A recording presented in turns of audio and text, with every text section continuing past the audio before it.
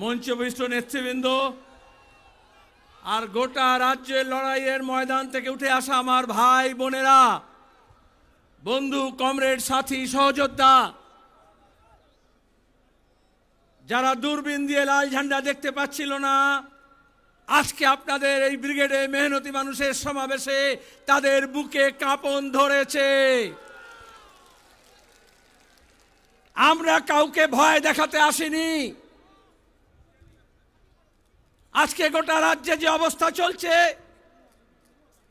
গোটা দেশে যে অবস্থা চলছে, সেখানে খেটে খাওয়া মানুষ যারা পরিশ্রম করছে, তাদের পরিশ্রমের জায়গা ছোট হচ্ছে, খেটে খাওয়া মানুষকে খুঁটে খাওয়ার পর্যায়ে নিয়ে যাচ্ছে। আর যারা লুটে খাচ্ছে, তারা লুটের বাজার বড় করতে চাইছে। প্রতিদিন মেহনতি মানুষ, প্রান্তিক মানুষ, গরিব মানুষ, দুর্বল অংশের মানুষ যারা মাঠে ময়দানে, খালে বিলে, খনিতে, খাদানে, রাস্তার ধারে কাজ করছে, ওরা কাজ করে রবীন্দ্রনাথ বলেছিলেন। আজকে মোদি মমতার সরকার এই কাজ করার জায়গাটা ছোট করে দিচ্ছে। কোন কেন্দ্র সরকারের দপ্তরে, কোন রাজ্য সরকারের দপ্তরে নিয়োগ হচ্ছে না, নতুন কলকারখানা হচ্ছে না। আর যদি বা পুলিশে আর শিক্ষকে নিয়োগ হয়, সেখানে দুর্নীতির পাহাড়। সুপ্রিম কোর্ট পর্যন্ত আমাদের রাজ্যের মুখ্যমন্ত্রীর নাকে ঝামা ঘষে দিয়েছে। গত 2 বছর ধরে, 3 বছর ধরে তিনি যে ন্যাকামি করছিলেন, আজকে মানুষ বুঝতে পারছে। 26,000 জনের চাকরি গিয়েছে। আমরা দেখেছি মেডিকেল কলেজে আরজি করে ওই পিজিটির কিভাবে নৃশংসভাবে খুন হলো, ধর্ষণ হলো। লাখ লাখ মানুষ, বিশেষত মহিলারা, তরুণ প্রজন্মের ছেলে মেয়েরা নামলো রাজ্য জুড়ে। ইনসাফ চাই, বিচার চাই। আর কেন্দ্র রাজ্য সরকার উভয় মিলে ঠিক করলো, কলকাতা পুলিশ আর সিবিআই এক লাইনে দাঁড়িয়ে গেল, বলল আইনে বিচার হবে না, লাইনে চলবে। যারা বলেছিল এই বৈশাখ মাসে তপ্ত গরমে দুপুর বেলা ব্রিগেডে কি করে হবে, আমরা বলেছিলাম, কেউ আগে ভেবেছিল লাখ লাখ মহিলা মধ্যরাত্রে 14ই আগস্টে ইনসাফের জন্য, বিচারের জন্য, আরজি করের মাথা ধরার দাবিতে রাস্তায় নামবেন। তাহলে রাজ্য পাল্টাচ্ছে। মানুষ নিজের অধিকার বুঝে নেওয়ার জন্য, হক বুঝে নেওয়ার জন্য সোচ্চার হচ্ছে। 2011-র পরে এখানে যখনই আমরা ব্রিগেড দেখেছি, রাস্তায় কত আক্রমণ, বাড়িতে হামলা, হুমকি, যে বাসে করে এসছে তার উপরে হামলা। কলকাতায় সমাবেশ হয়েছে, নির্লজ্জ কলকাতার পুলিশকে দিয়ে সেই বাসগুলোকে ভাঙচুর করা হয়েছে। এখন আর কিন্তু সে অবস্থা নেই। দিন পাল্টাচ্ছে, তার আগাম বার্তা এসছে। কোচবিহার থেকে কাকদ্বীপ কারুর মুরদ হবে না, লাল ঝান্ডার গায়ে হাত তুলবে 2025 সাল। খেটে খাওয়া মানুষ, গরিব মানুষ, সব হারা মানুষ যখন এক কাট্টা হয়, তার যে শক্তি, সেই শক্তির মোকাবিলা কেউ করতে পারে না। এজন্য আজকে বিজেপি আর তৃণমূল এই খেটে খাওয়া মানুষের ঐক্যকে ফাটল ধরাচ্ছে। মুর্শিদাবাদে যা হলো, মালদায় যা ঘটাতে চাইল, এই রামনবমী, ঈদ, জামিয়াতুল আলবিদা, জুম্মার নামাজ, তার সঙ্গে হনুমান জয়ন্তী, আমরা দেখলাম বিধানসভার মধ্যে, লোকসভার মধ্যে, জনসভাতে, প্রেস কনফারেন্সে, টেলিভিশন চ্যানেলে বসে বিজেপি আর তৃণমূল এ বলে ঠেসে দেব, ও বলে ঠুসে দেব। বিজেপি টিএমসিকে ঠুসে দিচ্ছে না, টিএমসি বিজেপিকে ঠুসে দিচ্ছে না, মেহনতি মানুষের ঐক্যকে ভাঙার জন্য চেষ্টা করছে। একটা হিন্দি সিনেমায় একটা ডায়লগ ছিল,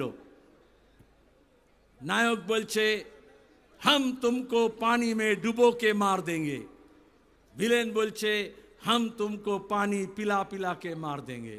আর লোকেশনে হাততালি দেয়, কিন্তু আসলে ওই দুজনের ডায়লগ একজনই লিখে দেয়। ওইভাবে বিজেপি আর তৃণমূলের যে নেতারা একে অপরকে বিরুদ্ধে প্রতিদিন গালাগাল দিচ্ছে, প্রতিদিন নাটক করছে, আসলে ওদের স্ক্রিপ্টটা একজনই লিখে দিয়েছে, তার নাম হচ্ছে আরএসএস এর মোহন ভাগবত। কদিন আগে এসেছিলেন এই রাজ্যে, 2026-এর নির্বাচন, তার আগে বিজেপিকে কি করতে হবে, তৃণমূলকে কি করতে হবে বলে গিয়েছেন। মুখ্যমন্ত্রী হন ইন্ডোর স্টেডিয়ামে, আর ইমাম মসজিদের মিটিংয়ে হোক, আর ওই বিরোধী দলের নেতা যে তৃণমূলে সাজানো আছে, যে কিষাণজিকে নিয়ে এসে, মাওবাদীদের নিয়ে এসে সিদ্দিকুল্লাহ প্রতি কৃতজ্ঞ থাকবে বলে লাল ঝান্ডার মানুষকে, কমিউনিস্টদেরকে খুন করেছিল, আজকে সে মহান শাস্তি চাইছে।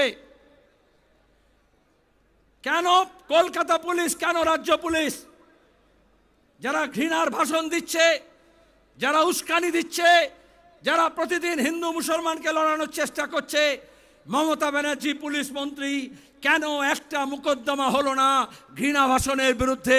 আমরা এই ব্রিগেড থেকে দাবি করছি, পশ্চিমবঙ্গের বুকে সম্প্রীতি ঐক্য ভাঙার জন্য যে হিংসা ছড়াবে, এই পুলিশকে বলছি তার বিরুদ্ধে মামলা মোকদ্দমা করতে হবে। আর নাহলে আমরা গোটা রাজ্য জুড়ে সব থানায় এফআইআর করব। দেখব মমতা ব্যানার্জির পুলিশ 2011 থেকে আমাদের কর্মীদের বিরুদ্ধে মিথ্যা মামলা দিয়েছে হাজার হাজার। এখানে অনেকে আছে যারা ঘর ছাড়া হয়েছিল, জেল হয়েছিল, জরিমানা হয়েছিল, হামলা হয়েছিল, মিথ্যা মামলা হয়েছিল। আর তারপর নিজের মালিকদেরকে বলেছিলেন মমতা ব্যানার্জি, দিল্লিতে, ওয়াশিংটনে যারা বসে আছে, মুম্বাইতে যারা বসে আছে, সব ঠান্ডা করে দিয়েছি, লাল ঝান্ডা শেষ হয়ে গিয়েছে। ওরে লাল ঝান্ডা একটা 1.5 গজের কাপড়ের টুকরো না, কোন কর্পোরেট কোম্পানির ইলেকট্রাল বন্ডের টাকা দিয়ে, চিট ফান্ডের টাকা দিয়ে এই কাপড় টুকরো কেনা হয়নি। ক্ষেত মজুর, দিন মজুর, একটা হকার, বস্তিবাসী, কলোনিবাসী, উদ্বাস্তু মানুষ, শ্রমিক, অস্থায়ী শ্রমিক, যারা দিন আনে দিন খায়, দিন মজুর, যারা বিভিন্ন স্কিমে কাজ করে, যাদের কোনো নিরাপত্তা নেই, কাজের কোনো সামাজিক নিরাপত্তা নেই, যে ভূমিহীন কৃষকের জমির দাম ছিল না, তারা সবাই জোরদার, জমিদার, মালিক, পুলিশ, এই স্বাধীন ভারতের পুলিশ, বাংলার পুলিশ হোক আর ব্রিটিশ পুলিশ হোক, তার বিরুদ্ধে লড়াই করেছে, নিজের বুকের কলজের রক্ত দিয়ে এই ঝান্ডাকে লাল করেছে। আজকে শুভেন্দু বড় বড় কথা বলছে, তৃণমূলের ঝান্ডা নিয়ে, কিষাণজির মাওবাদীদের ল্যান্ডমাইন আর মেশিন গান নিয়ে কি বলেছিল, মেদিনীপুরে লাল ঝান্ডা কেন, লাল ন্যাকড়াও দেখা যাবে না। আর এখন সেই তৃণমূলের ঝান্ডাকে নিয়ে ন্যাকড়া বানিয়ে অমিত শাহের পেছন মুছতে গিয়েছে, বলে দল বদল করেছি। আমরা গর্বিত, আমাদের এই কর্মী বাহিনী, যাদের জন্য কোনো ছাউনি করতে হয়নি, এয়ার কন্ডিশন ক্যাম্প তো ছেড়ে দিন, তাবু ছেড়ে দিন, কোনো খানার ব্যবস্থা করা হয়নি।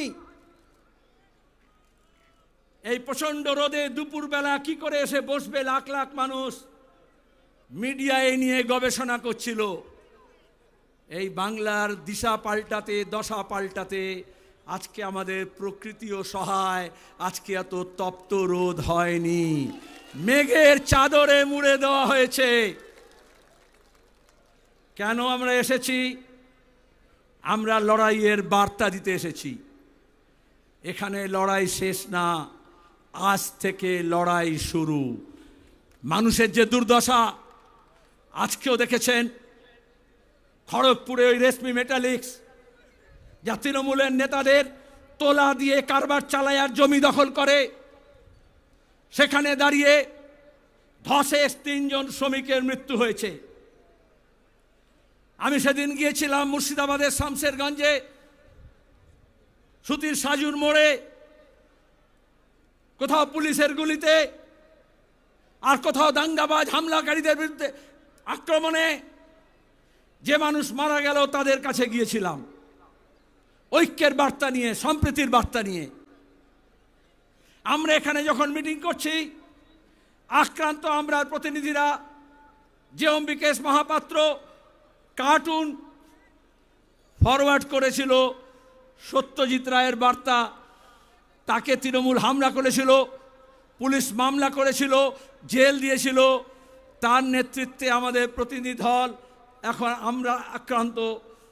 তারা ওই মনীন্দ্র বর্মন লোকগীতি গায়, ভাওয়াইয়া সঙ্গীত, এই শিক্ষক নিয়োগের দুর্নীতি, আজ যে 26,000-এর চাকরি গিয়েছে তার জন্য গান বেঁধেছিল, গান লিখেছিল। স্বভাব কবি, সবসময় গান লেখে, গান গায়, লোকশিল্পী বলতে পারেন, গ্রাম্য শিল্পী বলতে পারেন। গান আপলোড করার পরে পুলিশ তার বিরুদ্ধে মামলা রুজু করেছে, তাকে তোরা হামলা করেছে, সে এখন ঘর ছাড়া।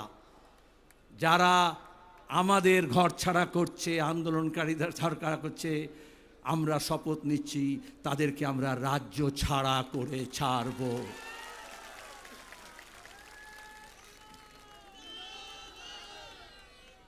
সুপ্রিম কোর্ট বলছে, দেশের আইন বলছে, প্রতিদিন মোদী সরকারকে চপেটাঘাত করছে।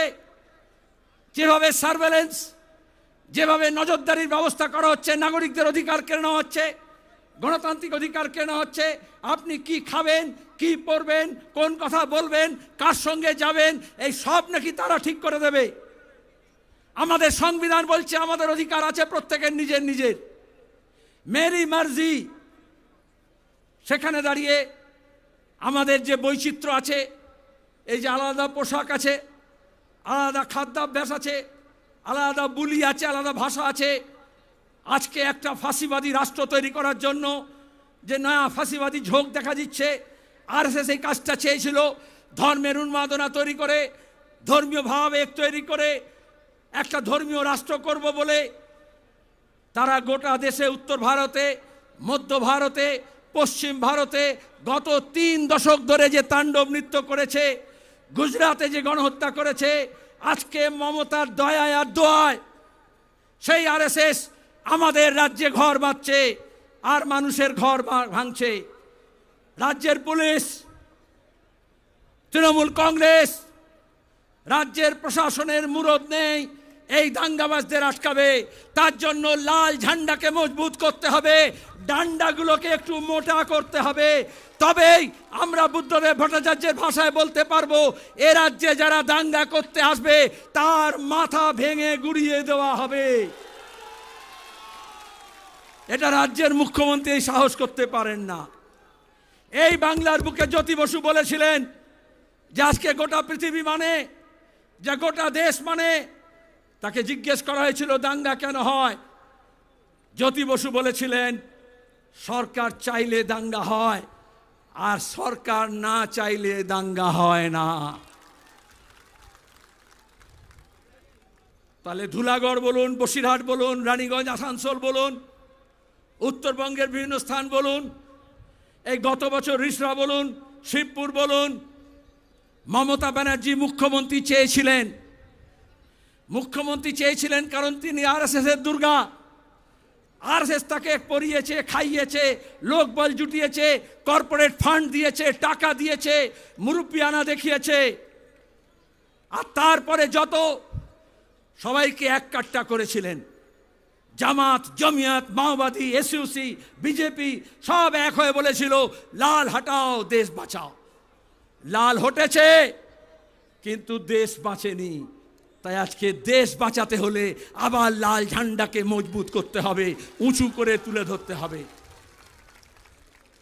এটা শুধু ব্রিগেড সমাবেশ না, কিষাণ সভা, ক্ষেত মজদুর সংগঠন, বস্তি উন্নয়ন সমিতি, সিআইটিউ কর্মীরা গত কয়েক মাস ধরে মাঠে ময়দানে, খেতে খামারে, কলে কারখানায়, ইট ভাটা থেকে যেখানে বিড়ি বাঁধে, যেখানে মিড ডে মিলের ওয়ার্কার, যেখানে আইসিডিএস এর কর্মী, যেখানে আশা কর্মী, যেখানে বিভিন্ন স্কিম ওয়ার্কার, যেখানে বেকার ছেলে মেয়ে, যেখানে পরিযায়ী শ্রমিক, যেখানে গিগ ওয়ার্কার, তাদের সবার কাছে আপনারা গিয়েছেন।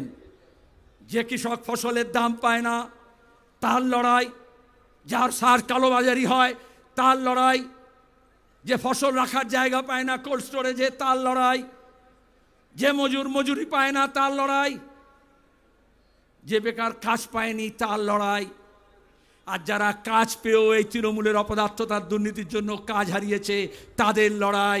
এই সব লড়াইকে মালা গাঁথার মতো করে আমাদের যেমন পুঁথি গাঁথা হয়, যেমন একটা মালা হয়, যেমন ফুলগুলোকে একটা সুতোর মধ্যে গেঁথে মালা তৈরি করা হয়, সেই রকম এই ধরনের আন্দোলনগুলোকে গণ আন্দোলনের জোয়ার তৈরি করার জন্য প্রত্যেকটা আন্দোলনকে আমাদের ঐক্য একই সূত্রে গাঁথতে হবে। সে কাজই লাল ঝান্ডা করছে। এজন্য বিজেপি আর তৃণমূলের দুজনেই প্রতিদিন দেখবেন, যারা বলেছিল সিপিএম শেষ, লাল ঝান্ডা শেষ, বিজেপি বলছে ওখানে সিপিএম আছে, লাল ঝান্ডা আছে, বিজেপি বলছে ওখানে সিপিএম আছে, লাল ঝান্ডা আছে। আমরা বলছি হ্যাঁ আমরা আছি, কারোর দয়ায় আমরা বেঁচে নেই। আত পেটা খেয়ে না খেয়ে ঘর ছাড়া হয়েও আমার কর্মীরা লাল ঝান্ডা ছাড়েনি, ছাড়বে না। কারণ এটা একটা আদর্শ, এটা একটা লক্ষ্য। বিজেপি আর তৃণমূল এই বাংলাকে একটা লক্ষ্যহীন জায়গায় নিয়ে যেতে চাইছে, যেখানে আমাদের ইতিহাস, আমাদের সংস্কৃতি, আমাদের শিক্ষা, আমাদের ঐক্য সম্প্রীতি, আমাদের ভালোবাসার সম্পর্ক, আমাদের শান্তি, এই সবটাকে ওরা ছিঁড়ে খাবলে খেতে চাইছে। আজকের লড়াইটা হচ্ছে মানুষের দুর্দশা পাল্টানোর জন্য, আমাদের রাজ্য এবং দেশের দশা পাল্টানোর জন্য দিশা পাল্টাতে হবে। আর সেই দিশা, নতুন দিশার জন্য আমরা এখানে জড়ো হয়েছি। আর যখন সংকট হয়, যখন সমস্যা হয়, যখন বিপদ আসে, এমন করে যে আপনি একটা রাস্তা দিয়ে হেঁটেও যান, যদি অ্যাক্সিডেন্ট হওয়ার ভয় থাকে তাহলে বলা হয় একটু বাঁ দিকে চেপে যান, বাঁ দিকে ধরুন। আজকে এই রাজ্যকে, এই দেশকে বাঁচাতে হলে একটু বাম পথ ধরতে হবে। সেজন্য আমরা বলছি শুধু আমরা না, যে 4টি সংগঠন আজকে এখানে এসছে তারা না, আমাদের সঙ্গে অনেক সংগঠন যোগাযোগ করেছে। আপনারা সিআইটিউ, অল ইন্ডিয়া কিষাণ সভা, all India agriculture workers union, বস্তি উন্নয়ন সমিতি, 4টে সংগঠনে ডাক দিয়েছেন। আমরাও তো আসতে চাই। অনেকে দেখেছেন এখানে এসছেনও। আমরা বলেছি সবাই আসুন। সবাই আসলে ব্রিগেডে স্থান সংকুলান হবে না, রাজ্য জুড়ে ব্রিগেড গড়ে উঠবে। আর সেই ব্রিগেডে আপনাদের সবাইকে আমন্ত্রণ জানাচ্ছি। যারা বিজেপির টাকা খাবে না, যারা তৃণমূলের ভয় পাবে না, তাদের সবাইকে নিয়ে আমরা 26-এর লড়াই লড়ব। বন্যা টুডুর কাছে শুনেছেন আপনারা, লড়াইয়ের ময়দান থেকে উঠে এসছে। আমাদের নেতা নেত্রী টালিগঞ্জের আর বলিউডের স্টুডিও থেকে উঠে আসে না।